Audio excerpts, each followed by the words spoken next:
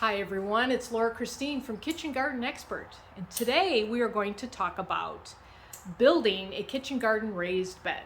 I've got a simple solution, so stay tuned.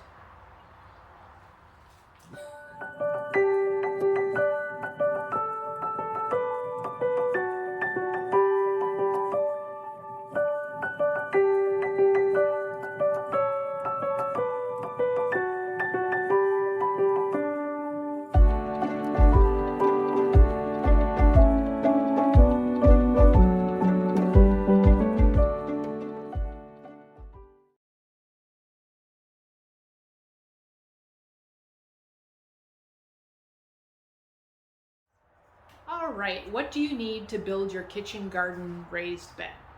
First of all, and the most important thing, is not using treated lumber.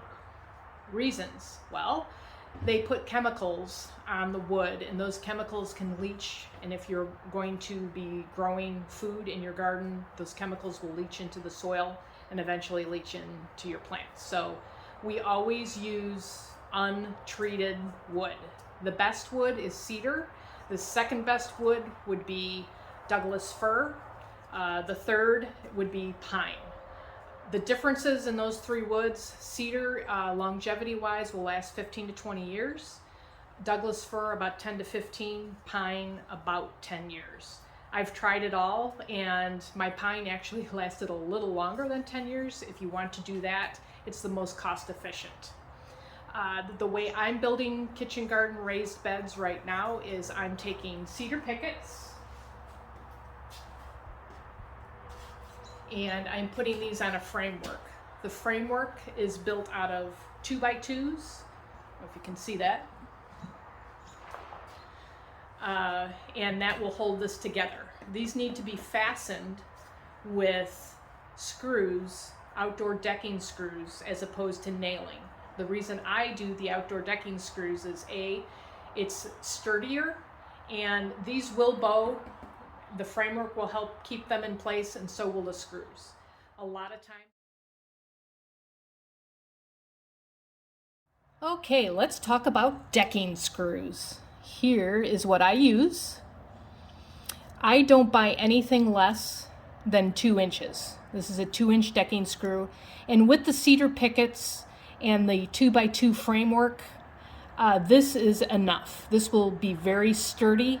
If you get a 3-inch or even 2.5, it's almost too long, and then you will have the point sticking out, and I've done that before too. It's a nice surprise when you hit it with your hand.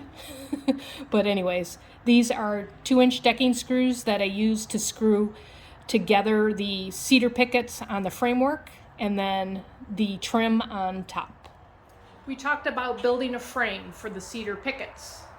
We have a big box store by us that sells these. These are supposed to be like an end cap, or the end for a shelving unit. If you can find this, this will save you a lot of time.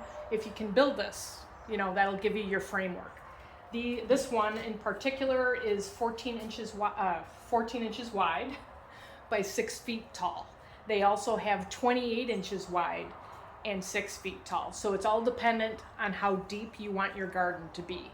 The depth of a kitchen garden raised bed, my measuring stick is at least a foot. Most of the time I do 18 inches and above. So your best case scenario would be 24 inches if you have things like carrots and parsnips. If not, 18 inches gives you some good depth and will help those plants be really healthy, and you can do a lot of things with your garden that way. But that's another lesson. So after you've built your raised bed, what I like to do is I like to put some trim on top. And this is cedar again. The trim, the pickets are all cedar. This is a 1x4, and I will miter cut this with my miter saw, and this will go on top, and that kind of protects the top of the raised bed from the rain, from it rotting from the top, basically. And once again, I will screw this in with the outdoor screws, the decking screws.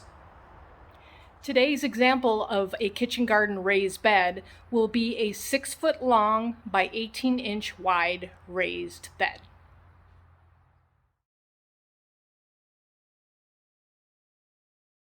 Okay, so now that we have taken off the ends from the framework, we're gonna start screwing the pickets into the framework. And the first thing that you do is make sure it is even, and then mark where your framework is.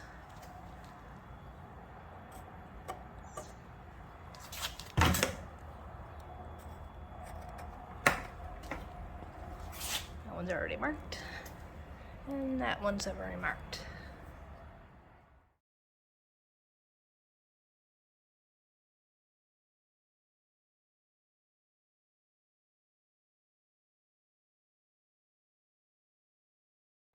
So let's take a look at where I've screwed the first picket in. I chose up here because if you look how this is attached with the nail plate, that comes down about that much. So that's where your nail plate is. You can't screw through a nail plate. So that's why I put my screw on the ends pretty far up.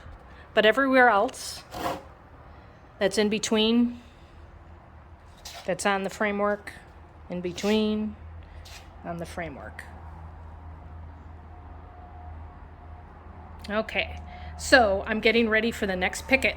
One thing to remember with the picket, I always do a fake, or a fake or a practice, I should say, it's not fake, a practice run to make sure that this picket is going to fit as snugly as possible.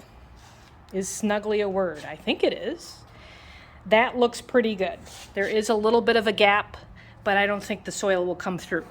Let's see what happens if we flip it over, if I get something that's better fitting. No, not so much.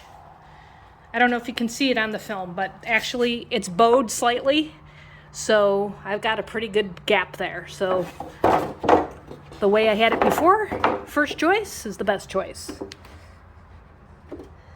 Okay, make sure everything is lined up, and then I will mark here, here, here,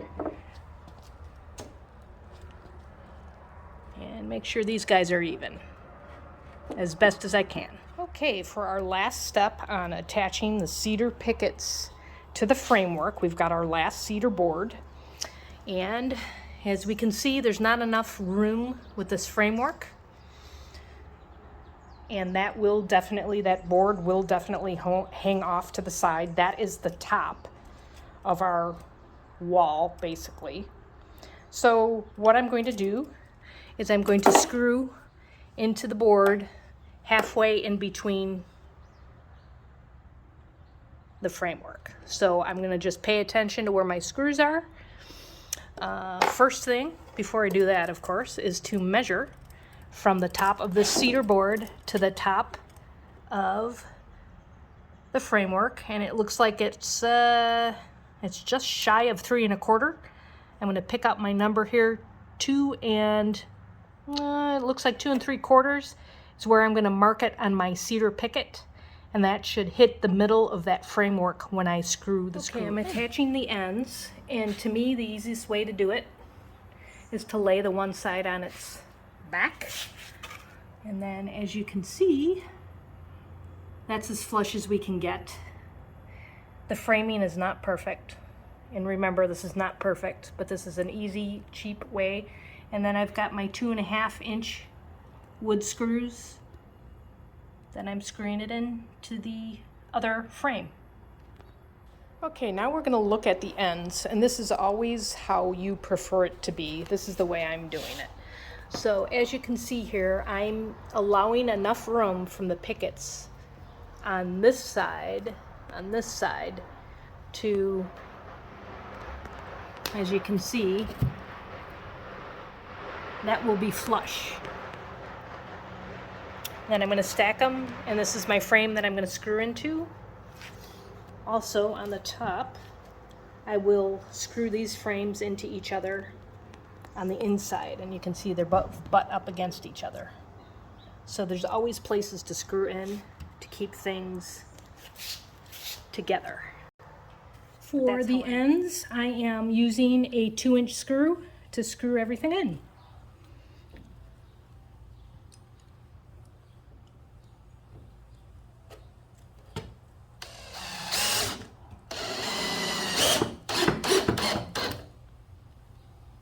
I'm doing things a little out of place, but just to show you. This is going to be our trim. I'm not doing anything real special today. You could do a miter. I've got a miter saw, but to me it's kind of a pain. So I've already drilled a hole, and this is where I'm going to screw in my edge. I basically have it on the edge of the framework out, and then this piece is basically that little extra picket there holds that, gives it a little more support as it's sitting out. Pop that over.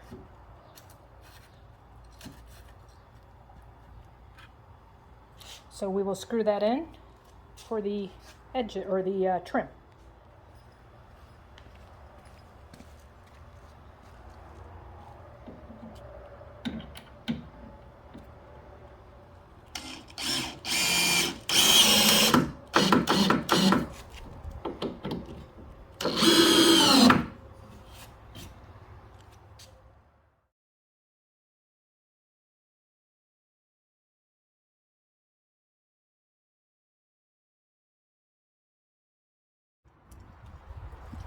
Thank you for joining me. I hope this was helpful to you.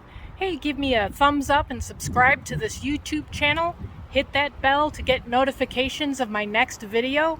And don't forget to check out my website, kitchengardenexpert.com, for my latest ebook, Grow Your Garden, The Basics and Beyond. Until next time, have a fantastic gardening day. Bye-bye.